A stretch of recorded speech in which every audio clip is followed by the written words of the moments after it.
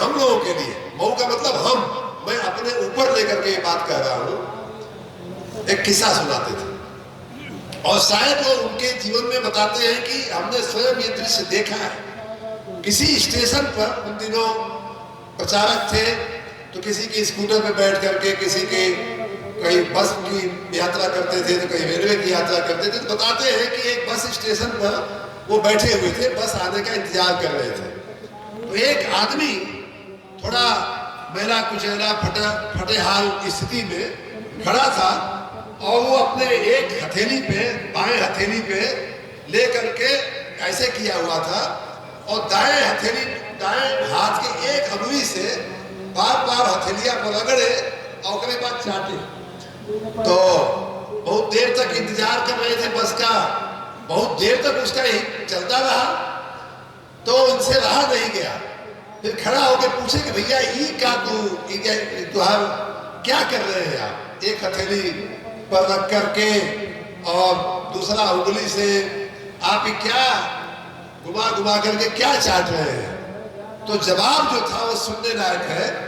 जवाब ये था, भाई माननीय प्रमोद जी, विधायक जी, जवाब ये था उस व्यक्ति का जो एक हथेली पर उंगली घुमा घुमा के चाटत रहे। जवाब ये है कि बाबू कई दिन से खैले ना आई, बड़ा भूख लगे लिया, लेकिन खाना मिलने के तो कोनो संभावना है ना।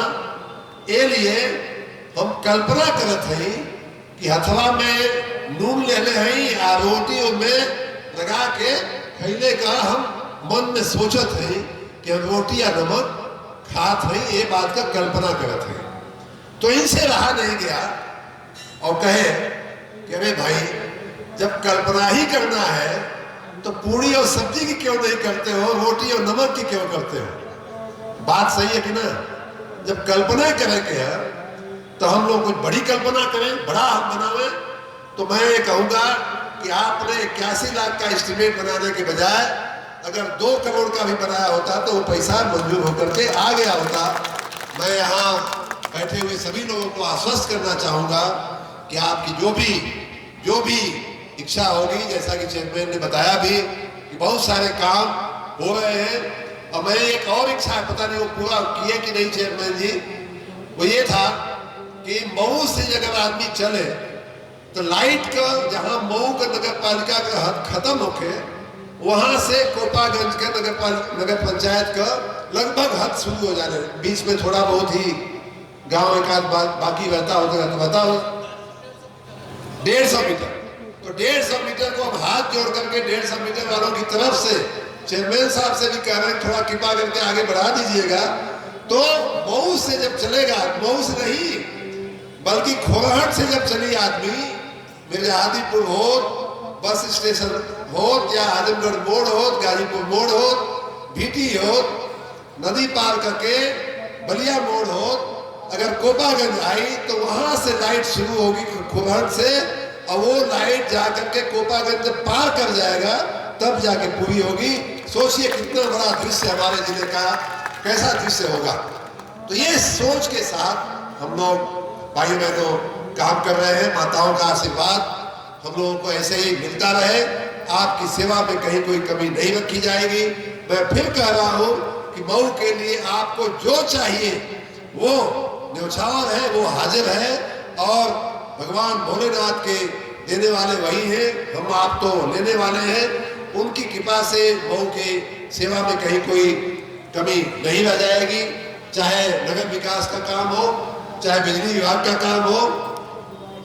और यहाँ हमारे पार्टी के तमाम जो कार्यकर्ता पदाधिकारी लोग बैठे हुए हैं, हम लोग रोज चाहे सड़क का काम हो, चाहे पानी का काम हो, चाहे बिजली का काम हो, चाहे नगर की सफाई का काम हो, रोज हम लोग सच बताऊं तो यहाँ चाहे नुपुर अग्रवाल जब अध्यक्ष है तब भी, राणा से मौर्य जी आज अध्यक्ष है तब भी, अखिलेश तिवारी हमको मिलते हैं तब भी, मनोज जायसवाल मिलते हैं, प्रमोद राय मिलते हैं, सबके साथ मैं सच बता रहा हूँ, मैं जिले की राजनीति की बात नहीं करता हूँ। मैं जो बात करता हूँ सिर्फ ये बात करता हूँ कि मऊ में क्या करने जैसा है। विधायक जी मिलते हैं तब भी, विधायक जी आप बताइए क्या करने जैसा है, घोसी में क्या हो सकता है, घोसी विधानसभा में क्या हो सकता है, कोपागंज में क्या हो सकता है, कुर्सी जाफरपुर में क्या हो सकता है। मधुबन में क्या हो सकता है, दोही घाट में क्या हो सकता है। आपके मुन्ना गुप्ता जी यहाँ घोसी के चेयरमैन भी बैठे हुए हैं। हमेशा मैं राजनीति की बात तो हो सकता है इसलिए भी मैं नहीं करता हूँ कि राजनीति तो हम कहे ना कहे भाई हम तो राजनीति का आदमी तो है ही ना ज्यादा, तनी मनी समझ में आवेले तो तनी मनी जो समझ में आवेले वो इतने आवेला, वो ही आवेला तनी मनी जो समझ में आवेला संतोष बाबू, वो ये आता है कि जाके पैर पकड़ लीजिए बाकी अपने आप काम हो जाएगा। ये हमके आने समझ में आया लोगों में कि जैसे काम ऐसा कोई होता नहीं है, लेकिन विनम्रता रखिए, प्रणाम करिए, नमन करिए, झुक कर चलिए। यही राजनीति मुझे समझ में आई है और यही राजनीति करने के लिए मैं आया हूँ। यही करते करते मुझे आशा ही नहीं पूरा विश्वास है कि मेरी राजनीति आप देखिएगा, आपके देखते देखते मेरी राजनीति सबसे सफल राजनीति हो जाएगी। और सुधाकर जी के लिए एक बात मेरे मन में कहने का मन हो रहा है कि जब मैं राजनीति में नहीं था और उस समय उन दिनों ये विधायक भी नहीं थे, यहाँ के विधायक उन दिनों वो नहीं थे, तब भी हमारे घर पे कोई भी प्रसंग पड़ता था, चाहे अच्छा प्रसंग हो चाहे बुरे प्रसंग, तो ईश्वर के पास एक बहुत कम आए, लेकिन जब भी कोई प्रसंग पड़ता था हमारे पूरे परिवार के प्रसंगों में आते जाते थे। हमेशा से इनका स्नेह रहा है। उन दिनों तो न उनको अंदाज रहा होगा न हमको खुद का अंदाज था कि हम राजनीति में आ जाएंगे। आने के बाद भी हमारी दोनों पार्टियों का अपना अलग मतभेद है, अपनी अलग लड़ाई है, लेकिन जहाँ तक व्यक्तिगत रूप से सवाल है तो इनका हमेशा ही हमको आशीर्वाद, इनका स्नेह मिलता रहा है। और ये भी बात मुझे पक्का है कि इनकी पार्टी से अगर हम उनके जीते के हैं तो ये तब वो इनका आशीर्वाद लेते हुए अब ये जिताएंगे, हमको ये मालूम है, ये भी हमको मालूम है। देखिए महाभारत का युद्ध मुझे याद आ रहा है, आप लोग को भी सबको मालूम होगा। महाभारत के युद्ध में एक समय एक दिन ऐसा आया कि जब भीष्म पितामह ने प्रतिज्ञा कर लिया कि अर्जुन को मैं कल के युद्ध में समाप्त करके रहूंगा, मार करके रहूंगा। और ऐसी एक कविता कही गई है कि आज जो हर ही न शस्त्र कहा हूं, अगर मैं अर्जुन से हार जाऊंगा तो मैं शस्त्र जो है अपने हाथ में नहीं लूंगा। ऐसा भीष्म पिता और भीष्म प्रतिज्ञा जो है वो आज के हमारे संस्कार में, हमारे पुराणों के हिसाब से, इसीलिए भीष्म प्रतिज्ञा को भीष्म प्रतिज्ञा की उपाधि दी गई है। उससे बड़ी कोई प्रतिज्ञा नहीं होती है। कृष्ण भगवान को थोड़ा चिंता हो गई कि अरे यार ये तो पितामह ने प्रतिज्ञा ले लिया, बड़े तपस्वी है, बड़े तेजस्वी है, उनकी प्रतिज्ञा को तो ईश्वर भी टाल नहीं सकता। भगवान कृष्ण भी चिंता में पड़ गए, करें तो क्या करें। तो भगवान कृष्ण ने, वो तो मायापति थे ही, योगेश्वर तो थे ही, द्रौपदी जी को बुलाया, शाम को अंधेरे में अकेले अपने कक्ष में बुलाया और कहा कि जाओ तुम श्रृंगार करके आओ। तो द्रौपदी बोली कि अरे एक तरफ पितामह ने प्रतिज्ञा ले लिया है कल हमारे पति को मारेंगे और आप कह रहे हैं श्रृंगार करके आओ। तो बोले भगवान कि हाँ मैं जो कह रहा हूं करके आओ।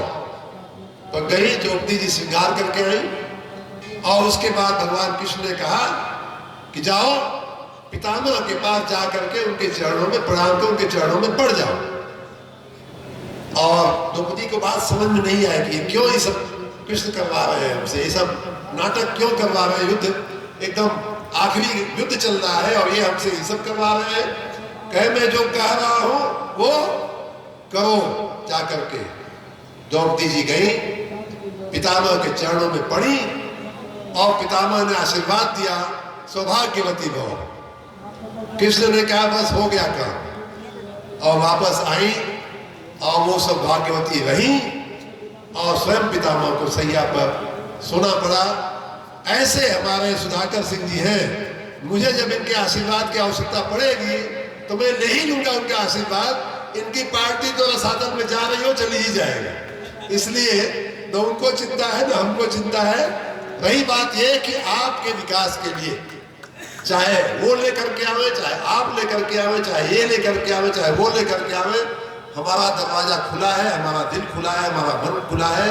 आपके सेवा में हमेशा, मऊ की सेवा में हम हमेशा। आजकल तो हमारी श्रीमती जी हमको उलाहना दे रही थी कि बाकी जिला वाले कहने लगे हैं कि जब देखा तब मऊए जाते हैं। तो नहीं, हम दूसरी जगह भी जाते हैं, ऐसा नहीं, मुरादाबाद भी जाकर के अभी थोड़ी दिन पहले आए, लेकिन कहने वालों को एक कहने का एक ठीक है, लेकिन अपनी जन्मभूमि है, अपनी मिट्टी है, मातृभूमि है, इसके लिए सब कुछ मेरा खून पसीना तक आपको हाजिर है, आपके चरणों में, आपकी सेवा में मैं तो हाजिर है।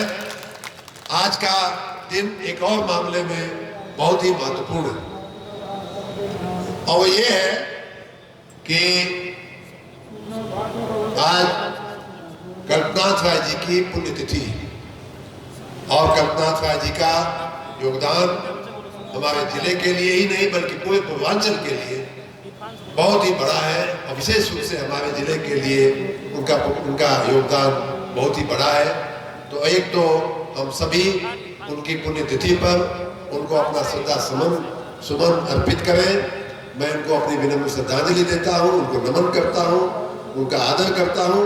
और एक दूसरी बात आते हुए हमारे मन में आ रही थी कि चेयरमैन साहब की अगर सहमति हो तो जो सरोवर, जो तालाब हम लोग बना रहे हैं, उसका नाम स्वर्गीय कल्पनाथ राय जी के नाम पर रख दिया जाए, और उसका नाम जो है अभी जो भी लिखा हुआ हो, अभी तो इसका हम लोग अनावरण करके इसका भूमि पूजन कर देंगे, लेकिन बाद में इसे बदलवा करके उस सरोवर का नाम कल्प सरोवर कर दिया जाए। ये मेरी हार्दिक इच्छा है आप सभी की अगर सहमति हो, जनता जनार्दन की सहमति हो, तो उस सरोवर का नाम आज से कल्प सरोवर कहा जाएगा।